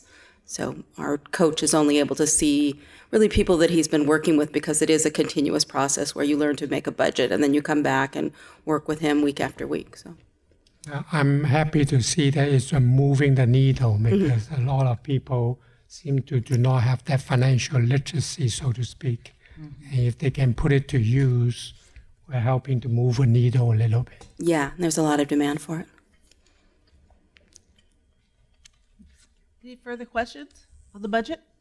Okay, Maureen, we look forward to see the next time we come together, which will be near the final presentation. Yes. And thank you so much for your clear and concise instructions and taking us through this process. So we're going to move on to item number 5, which is the city librarian's report, where we have our city librarian has an opportunity to make announcements and tell us about the activities of the San Francisco Public Library. Thank you, President Wardell. I have a number of reports this evening, and I'd like to begin by referencing the memo regarding print notices that you have in your packets. As background, the library discontinued the issuance of mailed print notices last September as an efficiency measure related to the elimination of overdue fines. The memo lays out some of the context for this administrative decision. Essentially, in the lead up to going fine-free, the library was concurrently in the process of renewing our contract with the vendor Ace Mailing, who performs this function of mailing print notices to our patrons. It was unclear at the time whether or not the vendor would continue doing business with the library when faced with a substantial decline in volume due to auto-renewal of materials and the elimination of overdue fines. In that moment, library staff felt that it was an appropriate time to sunset mailed print notices altogether, and we proceeded to inform all of our patrons who received print notices that these notices were being discontinued in September. Since that time, library staff has had an opportunity to reflect and consider the outpouring of community feedback that we've heard on this issue. In the final assessment, this is a service that a segment of our patron base values, and in light of our continued ability to still deliver the service, we feel that it was only appropriate to restore mailing print notices to patrons with this preference. I appreciate the patrons who have taken the time to share their input with the Library Commission and library staff the past few weeks. As of January 2nd, staff has taken steps to work with our vendor to restore these notices. And furthermore, the library will also be mailing out a separate print notice to all of our patrons with this preference to make them aware of this development. I sincerely hope that our patrons with the preference for mailed print notices have not been too significantly impacted or inconvenienced the past few months while we reevaluated this service. Next, our next presenter is Michelle Jeffers, Chief of Community Programs and Partnerships, with a Programs and Exhibitions presentation. This seems odd today. Hi, good evening, Commissioners. I'm Michelle Jeffers, Chief of Community Programs and Partnerships.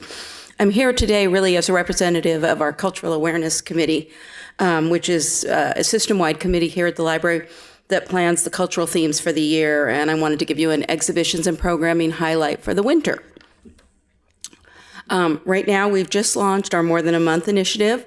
I hope everyone has happened to catch the brochure, the More Than a Month brochure that we print this year. We went in a different direction with the artwork, and I wanted to highlight this artwork, which was designed by a local artist, Charles Diabo, who's from Senegal. And he brings traditional West African shapes and colors to his paintings, but I should also note that Charles is also a library employee. So beginning on Martin Luther King Jr.'s birthday weekend and all through February, the library champions Black history, culture, and heritage with special music, dance, crafts, storytelling events at every branch in the city. We title it, as you may remember from past presentations, More Than a Month, because we really want to emphasize that reflection, open dialogue, interdisciplinary education, and shared advocacy needs take place in our communities during Black History Month, as well as all year round. For youth, we have more than 30 programs, of course, one program at least at every location. We have some wonderful storytellers coming back this year, like Muriel Johnson and Kirk Waller. We also have Jarrell Phillips, a capoeira artist, and Taller Bambali, a Afro-Puerto Rican dance artist. We have beloved Trinidadian musician Ashiba playing at our branches, and we also have Social Justice Sewing Academy, which is making a social justice themed quilt with children. We've also returned to our Talking with Kids About Race and Racism program to happen during the month of February. This year, it's a discussion of reparation, accountability, and justice, and features keynote speakers Allison Collins, Gabriela Lopez, and Mariposa. And the speakers will be exploring this in the Correct Auditorium in a big group, but also giving a chance for all our participants to break out into small groups and really have facilitated conversations and discussions about issues of forgiveness and the burden of forgiveness on those who are wronged. For adult programs, we have both, we have film programs, we have arts and crafts, and we also have a number of lectures. We'll be screening the documentary Black Ballerina in partnership with Dance Films SF. This features archival footage and photos portraying the challenges of past ballerinas that are still present today. Charles Dabo, the library staffer that I mentioned, will also offer a paper craft program based on the Gee's Bend quilts. Photographer Darrell Phillips will present The Souls of Black Folk, an exploration of Black culture and presence in America and the African diaspora through film and photography. And we'll have a traditional Ethiopian Buna ceremony presented by our friends at San Francisco Coffee Cruisers. That's a coffee ceremony. And historian Bill Doggett will be talking about the impact of Confederate nostalgia. So some really interesting and timely discussions. And of course, we don't want to forget about books. Our On the Same Page book is Toni Morrison's classic Beloved. Our Readers Advisory team has created 10 different book lists focused for this month on the topics that we're exploring. And we also have a number of author events. So Ingrid Rojas Contreras will be at the African American Arts and Culture Complex in partnership with us, in a partnership called Our Stories Ourselves. Allison Rose Jefferson will be talking about her book, Living the California Dream, a discussion on how African Americans spent leisure time during the Jim Crow era. Elizabeth Pepin Silva and Louis Watts will be talking about Harlem of the West, the Fillmore Jazz era. And we have a Black speculative fiction panel. Bay Area writers and poets will speak about their influences, share current works in progress, and reveal their visions for 2020 and beyond. We also have a 100-year celebration of Delilah Beasley's The Negro Trailblazers of California happening, and a guided reading of Toni Morrison's book, Song of Solomon. And let me also highlight some of our wonderful history programs and our 4 different exhibits at the library in honor of more than a month. Rachel Bransky, her book, Learning from the Big Five, Bayview, Hunters Point, and Community Change, is a look at the 60s and 70s activists known as the Big Five in the Bay Area. We'll also have a hands-on history program with the San Francisco History Center, which will feature original manuscripts, newspapers, and photos just documenting San Francisco's African-American population and contribution to our city.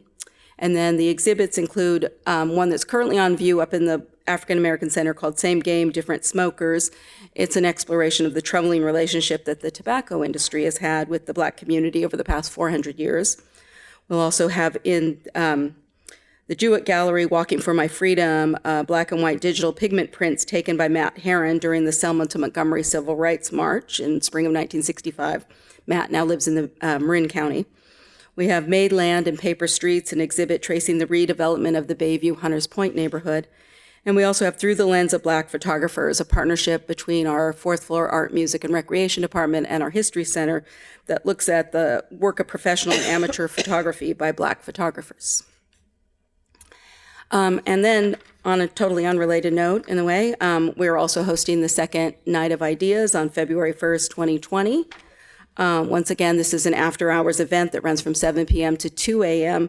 when the main library comes alive with debate and discussions, performances, music, and more. The theme this year is Living on the Edge, and some highlights for this year's event include Pulitzer Prize-winning historian T.J. Stiles on telling heroes from villains in the historical record, Isha Clark, the young climate activist who went to Washington and spoke out with Dianne Feinstein. Other partners include the Institute for the Future on a Post-Capitalist Society, the Longmore Institute on Disability, talking about who gets to belong in our society today, the ACLU, along with the California Historical Society and the Equal Justice Society on Black testimony and its denial, and SETI, the Search for Extraterrestrial Intelligence, on their work finding ET. Of course, there will be special music and performances and live Qigong performances that everybody can participate in. And just yesterday, we had author Dave Eggers join us, and so he will be one of the featured speakers as well. And that concludes my presentation. Très bien. Merci beaucoup, Mademoiselle Jeffers. Next, it is my distinct honor and privilege to recognize some library staff members who have brought distinction to themselves and recognition to the library for their extraordinary efforts to serve our community. The first staff member is Janet Tom, a librarian who works here at the main library in our Business, Science, and Technology department. Janet has been selected as a 2020 I Love My Librarian Award winner by the American Library Association. This award is sponsored by the Philanthropic Foundation, Carnegie Corporation of New York. The New York Public Library and the New York Times are also co-sponsors of the award. Janet will be honored at the upcoming American Library Association Midwinter Conference in Philadelphia on January 25th. She's one of 10 winners in 2020, and she's the second SFPL librarian to ever win this prestigious award. Janet won this national honor because of the innovative programs she has developed during her tenure with SFPL. They range from the recent remarkable series of panel discussions on death and dying to the many years of programs, exhibits, and associated resources that Janet has provided about housing, alternative medicine, nourishing diets, and healthy living. Janet is here this evening, and I'd like to introduce her to all of you and provide her an opportunity to offer some remarks as part of this report.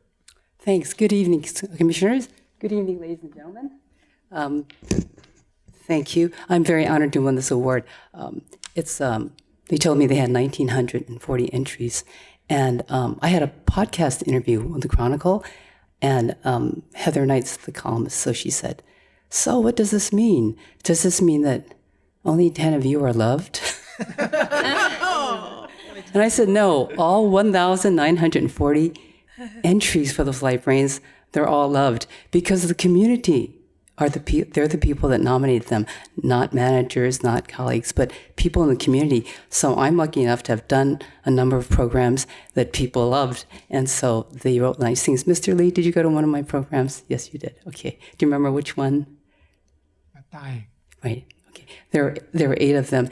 And a lot of people helped me. There were 33 speakers. There were 8 programs. 750 people came. And Mary knows because she's on the board of the Interfaith Council. That was the second program, How Different Faith Traditions View Death. So I called Michael Pappas, who is the executive director. I told him about my program. And I said, I'd like to find a representative of the 5 major religions, Buddhism, Hinduism, Jewish, Muslim, and Christian. And he said yes. And he found people for me. And as soon as I called them and I said, "Hi, I'm Janet Tom from the library and Michael Pappas," they said yes, yes. And they all came. That program was packed. We squashed 127 people into that room across the hall. And the other thing that was wonderful, everybody was quiet all the time. And the other thing was, they're all 2 hours. They're all 5:30 to 7:30, which is pretty long. So one of my speakers that I called, when I asked if she'd speak, she said, 2 hours and there's no food? So it worked pretty well. I wanted to tell you that I've had a number of interviews, Heather Knight podcast. Michael has received it. I was on an NBC Asian American Public Affairs show, and we've just gotten the tape. It's all of 6 minutes, but you can say a lot in 6 minutes. And I wanted to just tell you, he can send you the link. Robert Honda, he's a newsman. He interviewed me. And one of the things I talked about, and this was program number 4, I don't know if you went to this, it was called Last Wishes, Start the Conversation Now, because the whole idea is to get people to talk about death. So what I did was, the facilitators, there's a deck of cards. They're called Go Wish, and it's made by the CODA Alliance in San Jose. And what they are is it's a deck of cards talking about things you would like to happen as you're dying.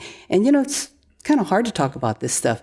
To remember personal accomplishments, to pray, to know how my body will change, not being short of breath, to be able to talk to my family, to be able to talk about what scares me. And one of the cards is to be kept clean. And, you would think, well, that means the person, if they're sweating. But actually, often people think it to mean, I don't want to be hooked up to machines. I want to be kept clean, like that. So the facilitators came. They had 86 decks of cards. 100 people came. And everybody got a deck to work with. And you're supposed to put them all in priority 1, 2, 3. and then pick the first priority and pick the first 3, and then turn to your neighbor and talk to them about this pretty serious stuff. So I didn't know if it would work. We had tables and chairs set up, and I said, I don't know. Well, everybody started talking. It was really loud. Everybody started talking, and the facilitators went around to help. And then they said to the people, well, any comments? So one gentleman raised his hand, and he said, I'm really glad we're doing this because I talked to this person here, and I could never talk about it to my wife because it's too emotional. So that was really moving, and I'm hoping that things like that help people to start the conversation now. I hope to continue the series, maybe not 8 programs, maybe 3 or 4. And I've mentioned to the press one that many people have asked me to do called Dying Alone. And this is not because a lot of people will die alone. So I'm hoping to do that one. Grieving, caring for caregivers, themes like that. Ellen Riley, our artist, designed this beautiful logo, and I think we'll just keep it, change the date to 2020 discussion series, and carry on. Thanks a lot. Thank you, Janet. Her passion is evident, and really it's on full display why she won that award. I'd also like to take a moment to recognize a couple of other staff members who are very familiar faces to the Library Commission. Our own Michelle Jeffers, Chief of Community Programs and Partnerships, and her colleague Kathy Del Neo, Chief of Branches. Michelle and Kathy recently represented San Francisco Public Library in accepting the 2019 Community Alliance Award from the American Institute of Architects in San Francisco. This award is for recognition of an individual or an organization outside the profession who has made significant contributions to raise the public's consciousness of the importance of excellent design in shaping our world and culture. So these 2 members of the executive leadership team spearheaded the groundbreaking partnership between SF-MoMA and SFPL that gave birth to the Public Knowledge Initiative. And you may recall the centerpiece of this programmatic partnership was Take Part, which anchored expansive conversations about San Francisco's past, present, and future to a physical object, the 1,000 square foot scale model of the city in 1938 that was built by the Works Progress Administration. So last January, the model was exhibited publicly for the first time since 1942, displayed piece by piece throughout the San Francisco Public Library's 28 locations, plus the SF-MoMA site. Each branch displayed its respective neighborhood. The initiative was visionary and a smashing success. Congratulations, Michelle and Kathy, and thank you for your passion and creativity and how you approach your work. Finally, I'd like to acknowledge the presence of our new safety and security manager, Tremaine Johnson. I see that he is in the audience this evening. We're very fortunate to recruit Mr. Johnson to our team. He has impeccable credentials, and he's going to be truly a great asset to our team, leading our Buildings and Grounds Patrol officers. So welcome aboard, Tremaine. And that concludes the City Librarian's report. Thank you so much. It's great. We're going to move into our public comment, and then we'll have the commissioners share some of their thoughts.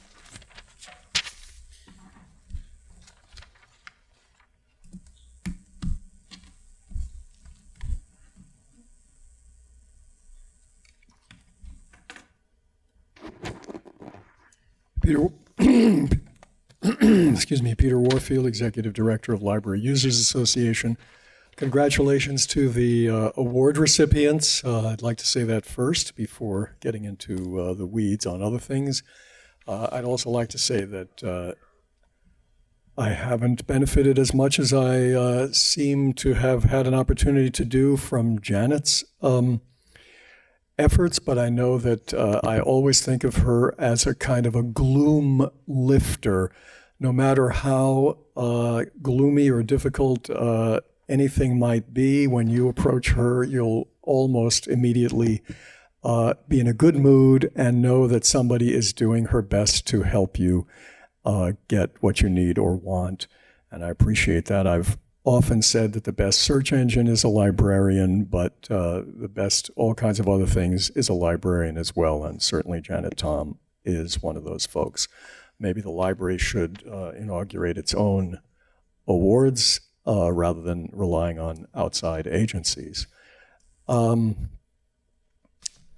wanted to comment very seriously about the print notices. I think that it was absolutely appalling that you and the public had no discussion and no information about that program when it started, and you haven't had a decision or any discussion prior to its apparent conclusion. The city librarian's report has a number of issues with respect to what's going on, including that it looks like it's going to be reinstated at some point later. My biggest issues with this is there not only was no public input, but no success measure. Let me back up a moment and say I'm glad the library is reinstating these print notices for patrons who want them. And I'm glad that, and I hope that that will continue into the future. I think there were a lot of people who were pushing for this and who made noises about it. Certainly my group, Library Users Association, Haight-Ashbury Neighborhood Council, CARA, the California Alliance for Retired Americans, and the supervisors. There was no success measure, and there was no measurement of what the impact was. I was pretty shocked when I heard the city librarian said, "I hope patrons have not been too inconvenienced." Hope? What measures have you undertaken to figure out whether there has been an impact? Library users made a request, and apparently not only were about 2,000 people knocked off of getting these things, but much more in fees was allocated because of higher fees being assessed. There needs to be an analysis thoroughly of what the impact is. Thank you.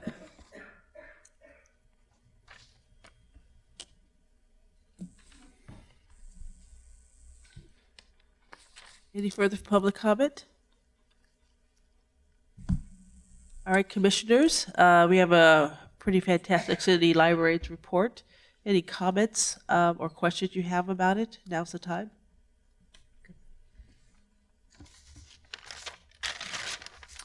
Hi, thank you very much for everyone who gave a presentation today. And I want to congratulate Janet, Michelle, and Kathy. Janet, believe it or not, I taped the episode on NBC Bay Area. I tape it every week, and when I was told that you had won the award, I made sure I watched it. Your 6 minutes were great. 5:30 in the morning on Sundays, I tape it. Yeah, I taped it, but I watched it that same day because I wanted to see you. And I knew you would be here today, so congratulations. That's an amazing thing that you've done. And I do want to get that deck of cards. But anyway, this part of the agenda really inspires me to want to stay on the commission and also be a part of the library. It's just so uplifting to see, all the great work and everything that this library does, and all of the staff, not only the ones who won the awards, but everyone who participated. And I wanted to welcome you, Tremaine, and good luck. Thank you. Ditto. Ditto. Everyone's amazing, and Janet, you've really done a lot to make this library really special. Thank you so much. Yes. Thank you, City Librarian, for that report. Again, congratulations to all who received the awards, Janet and Michelle. Kathy, excuse me. Both. Yes. Congratulations. I think it's fantastic. It's great to showcase, just some of the talent that we have here on the staff. With regards to the print notices, I'm glad that we reinitiated them. I know that the numbers are relatively small, but I think this has been sort of an experience of the community kind of stepping up and making its voice heard, and the library responding to the voice of the community. So I think it was a good case study in that experience, and I think the members of the public who did stand up and speak out on what was important to them, and I thank the library leadership for responding to that.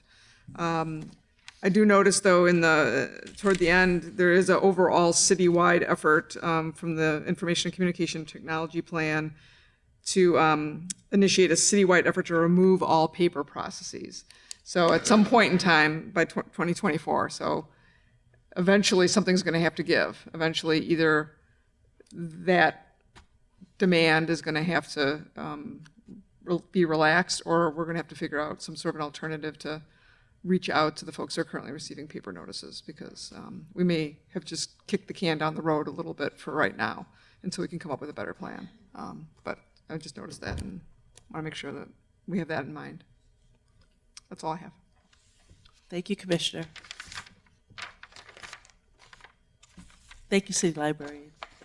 Thank you. So we're going to go on to the next item, which is the approval of the minutes from November 21st, 2019. This requires action by the commission. And we're going to go ahead and call public comment.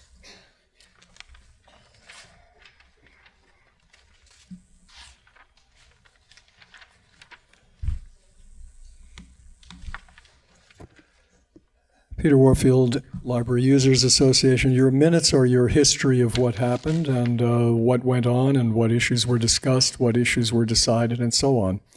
So it's important that they be accurate and fair. On agenda item number 1, general public comment, you summarized what I said in the last sentence.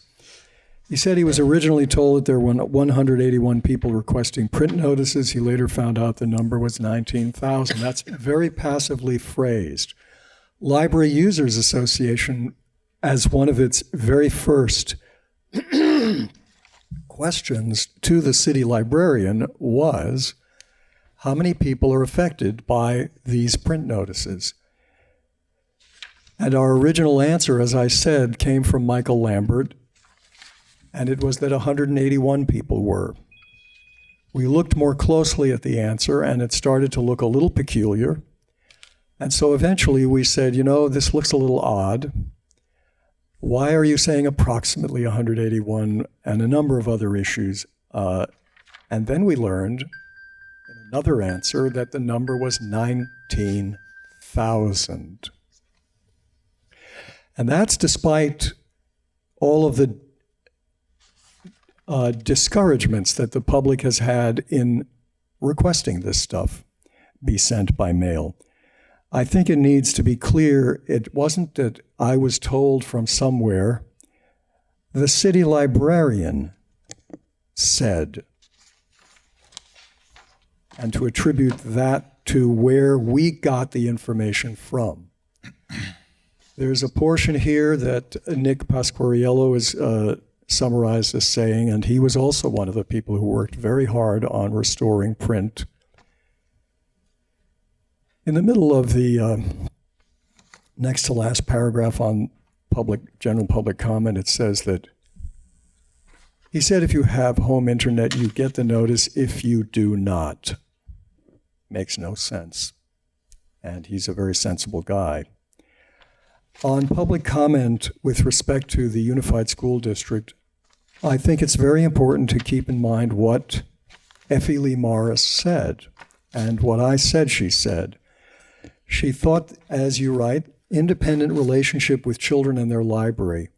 He said, quote, supposedly summarizing me, he has very serious concerns about a relationship with another institution in the library. No. The library has lots of relationships with lots of institutions. The issue is whether there is an institutional insertion between the kid and the library, and that it instead should be exclusively the child and the library with no other agency involved. Thank you. Commission, any further public comment? Commissioners, we have the approval of the minutes before us for November 21st. Is there a motion to approve? I move. A second. Is it okay? We have a motion and a second. Any additional discussion? Hearing none, I call the question. All those who in favor to approve the minutes of November 21st, 2019, say aye. Aye. All those opposed? Okay, the minutes are approved as stated. And we're moving to our final agenda item, which is adjournment in the memory of Ernest J. Gaines, former San Francisco Public Library Commissioner. And our city librarian has some information to share with us. Thank you, President Wardell. I appreciate this opportunity to pay tribute this evening to author Ernest J. Gaines, former library commissioner. This past November 5th, the literary community lost one of the most significant African-American authors of the 20th century. Ernest Gaines was a former commissioner of the San Francisco Public Library Commission, having been appointed to the commission January 31st, 1974, by then Mayor Alioto. The last commission meeting he attended was July 8th, 1975. Mr. Gaines resigned from the Library Commission in August. Ernest Gaines was widely acclaimed as an award-winning novelist and author of the autobiography of Jane Pittman. He was also a MacArthur Foundation Genius Grant recipient. A member of a longtime family of Louisiana sharecroppers, Gaines was born into poverty on the River Lake Plantation near False River. He was schooled on the plantation by seasonal visiting teachers and eventually moved to California at the age of 15. Gaines attended San Francisco State University and served 2 years in the Army before winning a writing fellowship to Stanford University. In addition to works of nonfiction and multiple collections of short stories, Gaines published 9 novels over his long career, including his first, Katherine, published in 1964, the autobiography of Miss Jane Pittman, published in 1971, which was made into an Emmy Award-winning TV film in 1974, and A Lesson Before Dying, published in 1993, which was awarded the National Book Critics Circle Award for fiction and was nominated for the Pulitzer Prize. He was also awarded a National Medal of Arts in 2012. So thank you for your consideration of adjourning the Library Commission meeting this evening in his memory. Thank you. We call our final public comment, please.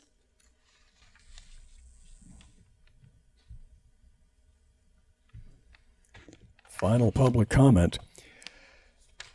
Peter Warfield, first of all, of course, and we are supporting you in adjourning an honor. I want to say that I think the Library Commission and administration owe a thank you to the longtime library critic and library lover who drew your attention to this when he swooped in from retirement at the last meeting.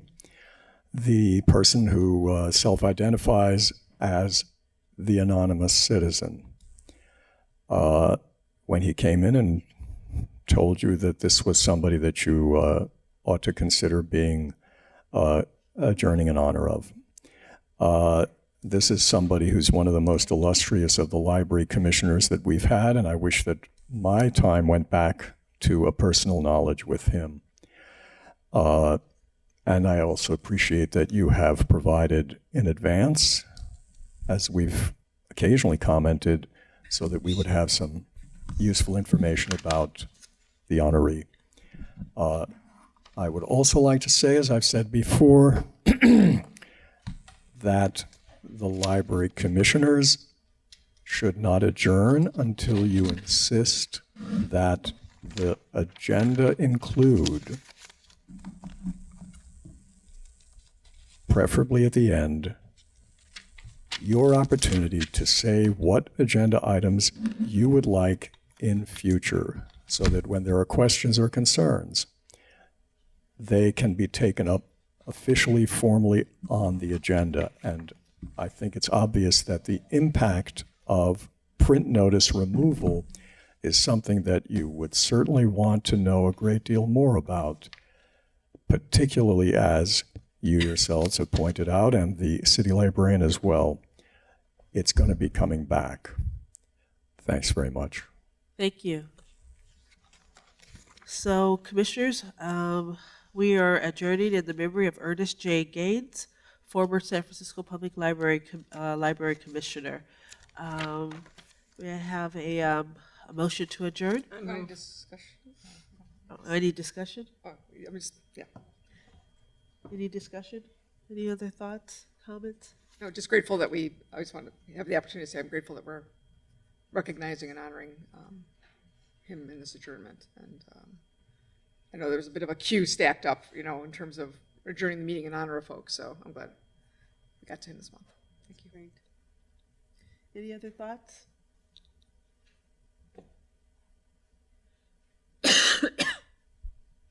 So I'd like to offer to adjourn in the memory of Ernest J. Gaines, former San Francisco Public Library Commissioner, on this January 16, 2020 meeting of the San Francisco Public Library.